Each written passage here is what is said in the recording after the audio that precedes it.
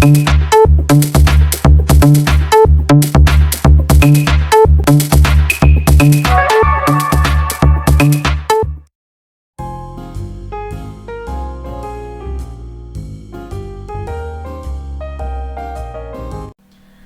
back, students. We are seeing the topic GST for class 10 ICSE. Previously we have seen some basics, and as well as we have seen some questions based on GST.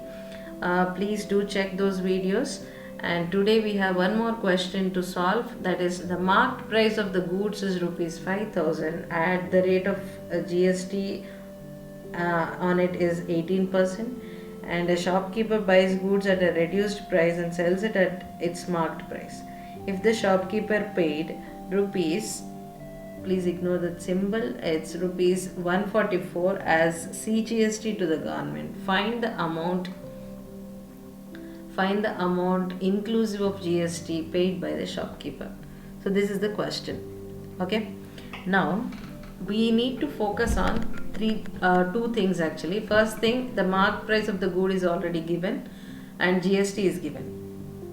Second thing, the shopkeeper is again buying the goods at a reduced price and selling it at the marked price. So when he was buying, he is buying at a reduced one, but he is selling at the marked price only.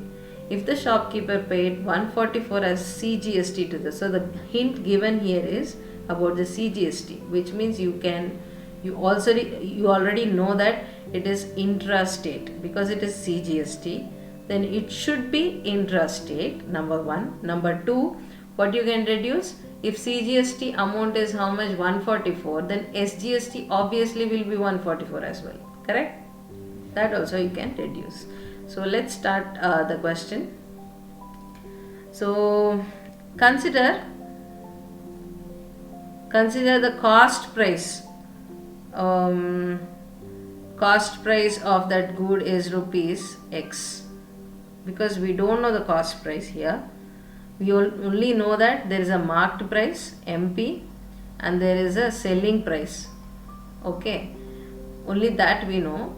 I'll just write this cost price as X, and the selling price is definitely it's going to be rupees 5,000, because selling price is as equal to as MP here. He mentioned that he sells at its marked price. So SP here is the MP value, which is 5,000. Okay, clear? Now let's get into the CGST part. If it is CGST, it's going to be SGST also, and IGST will be 0. So how much ever is CGST is 144, same will be the SGST as well. You can write this. Therefore it is intrastate transaction. Okay,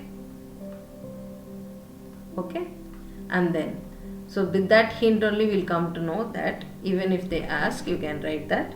Otherwise, if you are into the question, yes, you can write that as well. So total GST paid how much? Rupees 144 plus 144, which is rupees 288 is my total GST which is paid. Now I told you in the previous session also, so the GST for shopkeeper, net GST for shopkeeper will be, how much did I tell?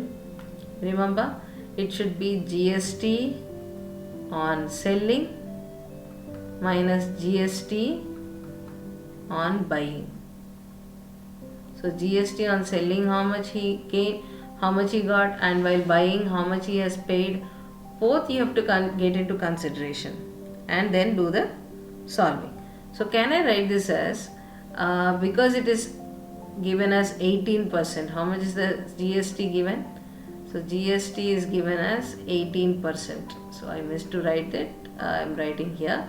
So 18% of, while selling it was 5,000, and then while selling it was 5,000 and minus, while he is buying, again 18% only imposed. Yes, yes, but on what? On CP, into CP. Here this is SP and this is going to be CP. Okay, so 18%, can I write 18% of 5000 minus 18% of X, which is here 18% common, and I can write it as 5000 minus X. So that is my simple calculation here. Now what we will do? Just take that, that's nothing but equal to this 288 value, both are same, that's my net GST, right? So I can write 288 is equals to 18 by 100 into 5000 minus X.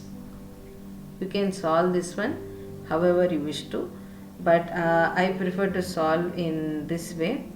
So can I write this as 288 into 100 by 18?